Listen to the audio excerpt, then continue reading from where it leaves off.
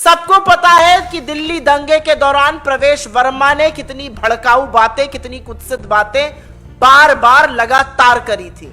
यह तो मोदी जी और अमित शाह जी शुरू करते हैं। जब कपड़ों से लोगों का पता लगा लिया जाता है, जब विकास की जगह शमशान कब्रिस्तान की बात होती है, जब 80-20 की बात होती है, तो यह तो ऊपर से शुरू होता है, निर्देश ऊपर से आ रहा है। चर्चा और भाषा यह इस्तेमाल करनी है। सारा विकास और सारा काम धरा रह जाता है क्योंकि ठनठन गोपाल वहां कुछ है नहीं दिखाने को, इसी का सहारा रह जाता है। अब यह बात उन देशों में पहुंच रही है जिनके सामने आपको पहले माफी मांगकर नुपुर शर्मा को निकाल फेंकना पड़ा था। तो उस चीज का इंतजार करिएगा कि बाकी जो विश्व है वो आपके ऊपर प्रेशर बनाए, तब आप एक्ट करिएगा।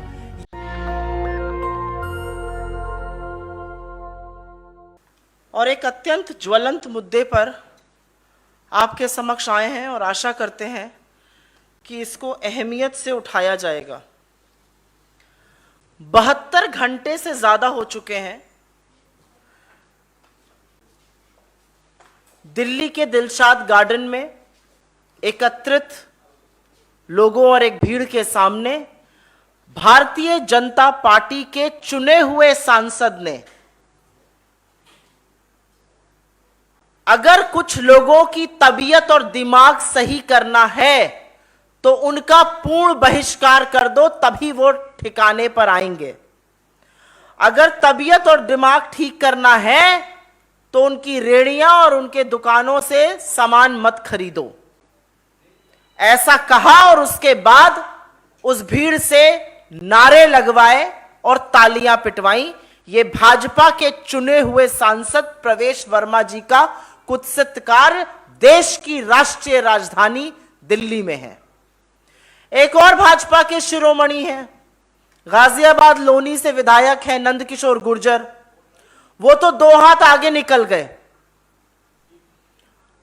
उन्होंने मारने काटने की बात तक कर डाली और अखलाक जिसकी लिंचिंग से हत्या की गई थी उसको उन्होंने सुअर भी बता डाला। ये चुने हुए विधायक हैं भारतीय जनता पार्टी के, उत्तर प्रदेश के गाजियाबाद के लोनी के। उस रैली में और भी लोगों ने चुन चुनकर, और ये मेरे शब्द नहीं है, ये उनके शब्द हैं, चुन चुनकर मुसलमानों को मारना है, ऐसे शब्दों का प्रयोग किया। चुन चुनकर मारना, पूर्ण बहिष्कार, दिमाग ठीक करना, तबीयत दुरुस्त कर देना। अगर यह हेट स्पीच, नफरती भाषण नहीं है तो नफरती भाषण क्या है? पहला सवाल तो यह बनता है। आज 72 घंटे से ज्यादा हो गए और ये इन लोगों से पहली बार मासूमियत में गलती नहीं हुई है। ये सब रिपीट ऑफेंडर्स हैं। सबको पता है कि दिल्ली दंगे के दौरान प्रवेश वर्मा ने कितनी भड़काऊ बातें, कितनी कुत्सित बातें बार बार लगातार करी थी, लेकिन एक रत्ती भर फर्क नहीं पड़ा उनको। उसके बाद नंदकिशोर गुर्जर जिस तरह की बातें हमेशा से करते आए हैं वो अपने आप में शर्मसार करें, लेकिन जो उन्होंने किसान आंदोलन के दौरान हाथापाई और दंगे भड़काने की कोशिश करी थी वो कैमरे पर कैद है, किसी से छुपा नहीं था। यह अलग बात है कि मोदी जी के शासन में उनका कुछ हुआ नहीं, बाल से बांका नहीं हुआ। अब कुछ सवाल अपने आप मन में कौंधते हैं कि आखिर ऐसा ये लोग क्यों करते हैं। चुने हुए सांसद, चुने हुए विधायक इस तरह की बातें करने को क्यों मजबूर हैं? वो क्यों ऐसा करते हैं? क्या उनको नहीं पता कि ऐसी बातों से हिंसा भड़कती है, दंगे भड़कते हैं, उन्माद फैलता है, नफरत फैलती है? क्या वो हेट स्पीच नहीं समझते? भली भांति समझते हैं और इसीलिए बोलते हैं। उनको पता है कि इस तरह के भाषण देकर, इस तरह की भड़काऊ बातें करके, इस तरह की नफरत फैलाकर आपका श्योर शॉट टिकट है स्टारडम का भारतीय जनता पार्टी में। जो जितनी नफरत फैलाएगा, जो कुछ समुदाय को, कुछ संप्रदायों को जितनी ज्यादा गाली देगा वो उतना आगे जाएगा। इन सबके आराध्य, इन सबके रोल मॉडल्स अनुराग ठाकुर जैसे लोग हैं जो मंच से खड़े होकर एक संप्रदाय के खिलाफ गाली देते हैं, नारे लगवाते हैं और फिर मोदी जी उनको अपना विशेष अनुकंपा से कैबिनेट मंत्री बना देते हैं। पूरी सरकार भरी पड़ी है ऐसे लोगों से। और ये तो ऊपर से शुरू होता है ना, ये तो मोदी जी और अमित शाह जी शुरू करते हैं। जब कपड़ों से लोगों का पता लगा लिया जाता है, जब विकास की जगह शमशान कब्रिस्तान की बात होती है, जब 80-20 की बात होती है, तो ये तो ऊपर से शुरू होता है, निर्देश ऊपर से आ रहा है, चर्चा और भाषा ये इस्तेमाल करनी है। सारा विकास और सारा काम धरा रह जाता है क्योंकि ठनठन गोपाल वहां कुछ है नहीं दिखाने को, इसी का सहारा रह जाता है। लेकिन एजेंसी से भी सवाल बनते हैं। 72 घंटे से ऊपर हो गए, नंदकिशोर गुर्जर और प्रवेश वर्मा ये चुने हुए प्रतिनिधि हैं देश के। दिल्ली पुलिस क्या कर रही है? दिल्ली पुलिस वहां पर मौजूद थी जिस रैली में यह सब कहा गया। दिल्ली पुलिस के कर्मी वहां तैनात थे। दिल्ली पुलिस किस मुहूर्त का इंतजार कर रही है? कौन सा मुहूर्त देख के इनके खिलाफ एफआईआर और गिरफ्तारी होगी? यह पहली चीज है। दूसरी चीज, मुझे थोड़ी सी शिकायत मीडिया से भी है और होनी लाजमी भी है।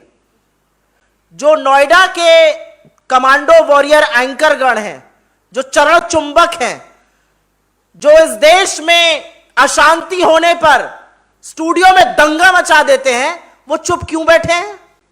एक चुना हुआ एमपी और एमएलए चुन चुन कर लोगों को मारने की और पूर्ण बहिष्कार की बात कर रहा है, क्यों इतना सुई पटक सन्नाटा इन चरण चुंबकों की महफिल में?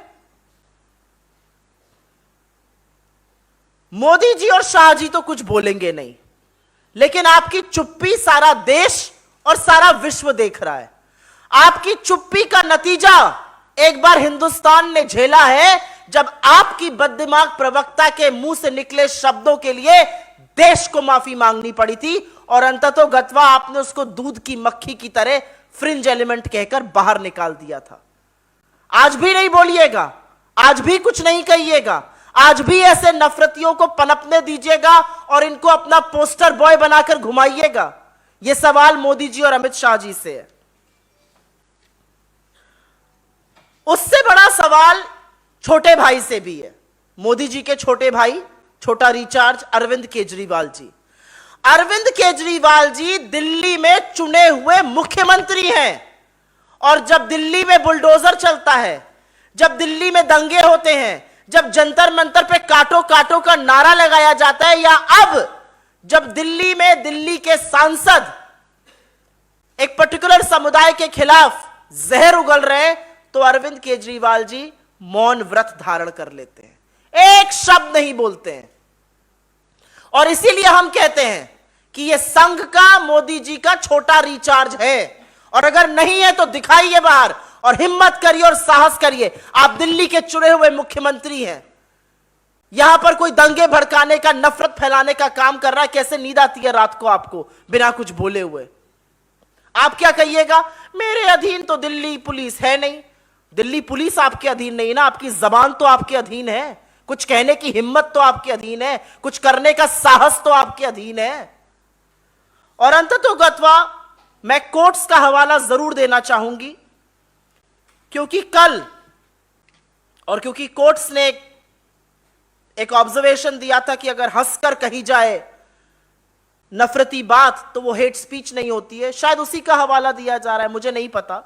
लेकिन कल सुप्रीम कोर्ट के chief justice of India Shri U U Lalit ji ने एक बयान दिया था और उसमें उन्होंने कहा था, to win the majority Hindu votes, to grab power at all post, to commit genocide and to make India Hindu Rashtra before 2024 elections.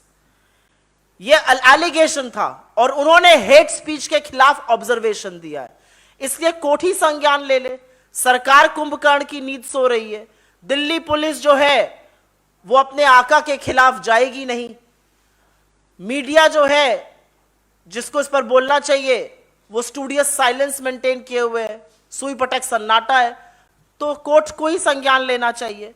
और अपनी बात खत्म करने से पहले मैं कल जो सिटीजन्स कमेटी रिपोर्ट दिल्ली के दंगों पर आई है, जिसके members justice Lokur, justice Shah, justice Sodhi, justice Anjana Prakash और former home secretary Shri G K Pillai जी हैं, उन्होंने जिस तरह की बातें देश के मीडिया चैनलों के लिए कही हैं, जिस तरह की बातें उन्होंने कही हैं दिल्ली दंगों में कैसे जो वाकई में अपराधी थे वो बिल्कुल मुक्त आजाद घूमते रहे, उनके खिलाफ कुछ नहीं हुआ। यह अपने आप में आईना दिखाता है सरकार को, और यह आईना दिखाना चाहिए एजेंसीज को, पुलिस और न्यायालय दोनों को। हमारी 5 ही मांगे हैं और वो मांगे बहुत प्रबल हैं। जिस तरह की बात सुनने में आई है, जिस तरह का वक्तव्य दिया गया है, सबसे पहले तो 72 घंटे हो जाने के बावजूद पुलिस ने अभी तक एक्शन नहीं लिया है। पुलिस तुरंत ऐसे नफरतियों के खिलाफ कार्रवाई करे जिनको लगता है कि वो कानून अपने हाथ में लेकर कुछ भी कह जाएंगे और उनका बाल से बाका नहीं हो सकता। कोर्ट इस मामले का संज्ञान ले, क्योंकि सरकार तो चुप है और कोर्ट्स क्योंकि बार बार हेट स्पीच के बारे में जिक्र कर रहे हैं, एक दिशा निर्देश दे, इस बात का संज्ञान लें स्वतः। प्रधानमंत्री जी से तो मैं यह जरूर पूछना चाहूंगी कि आप चुप क्यों हैं और आप कब तक चुप रहिएगा? कब तक यह देश नफरत की आग में झोंका जाता रहेगा? क्योंकि यह बात अब बढ़ रही है। अब यह बात उन देशों में पहुंच रही है जिनके सामने आपको पहले माफी मांगकर नुपुर शर्मा को निकाल फेंकना पड़ा था। तो उस चीज का इंतजार करिएगा कि बाकी जो विश्व है वो आपके ऊपर प्रेशर बनाए, तब आप एक्ट करिएगा। या आप इस देश के चुने हुए प्रधानमंत्री हैं, यह आपका कर्तव्य है कि कानून व्यवस्था सुचारू रूप से चले और हर सिटीजन, हर नागरिक अपने आप को महफूज और सुरक्षित महसूस करे। 2002 के बाद एक बार फिर से लगातार आपको आपका राजधर्म याद दिलाया जाता रहा है, तो कुछ तो बोलिए। और उससे ज्यादा सवाल मेरा अरविंद केजरीवाल जी से है। स्कूल से, शिक्षा से, स्वास्थ्य से किसी को कोई दिक्कत नहीं है, ये बातें सार्वजनिक जीवन में होनी चाहिए। लेकिन आपका जो पाखंड का पर्दा था वो बार बार उतर जाता है। और अपना पाखंड छोड़िए, दिल्ली के चुने हुए मुख्यमंत्री हैं, जरूर आपका जन्म जन्माष्टमी के दिन हुआ होगा और श्री कृष्ण ने आपको एक मिशन से भेजा होगा। वो मिशन अपने दिल्ली के लोगों को सुरक्षित रखने का भी है। आप जिस भी चश्मे से देखना चाहिए, चाहे धर्म के चश्मे से, चाहे लोकतंत्र के चश्मे से, लोगों को सुरक्षित रखना, उनके बारे में बात करना, अगर कोई गलत आपके लोगों के साथ कर रहा है उसके खिलाफ, उसके प्रतिकार में बोलना बहुत जरूरी है। कब तक छोटे रिचार्ज बन के अपनी दुकान चलाते रहिएगा? नेशनल दस्तक की आपसे गुजारिश है कि अगर इसको बचाना चाहते हैं तो नेशनल दस्तक को सब्सक्राइब करने के लिए रेड कलर के सब्सक्राइब बटन को दबाएं, फिर बेल आइकन की घंटी दबाएं। नेशनल दस्तक को बचाने के लिए बहुत जरूरी है कि हर खबर को शेयर करें, लाइक करें, कमेंट जरूर करें।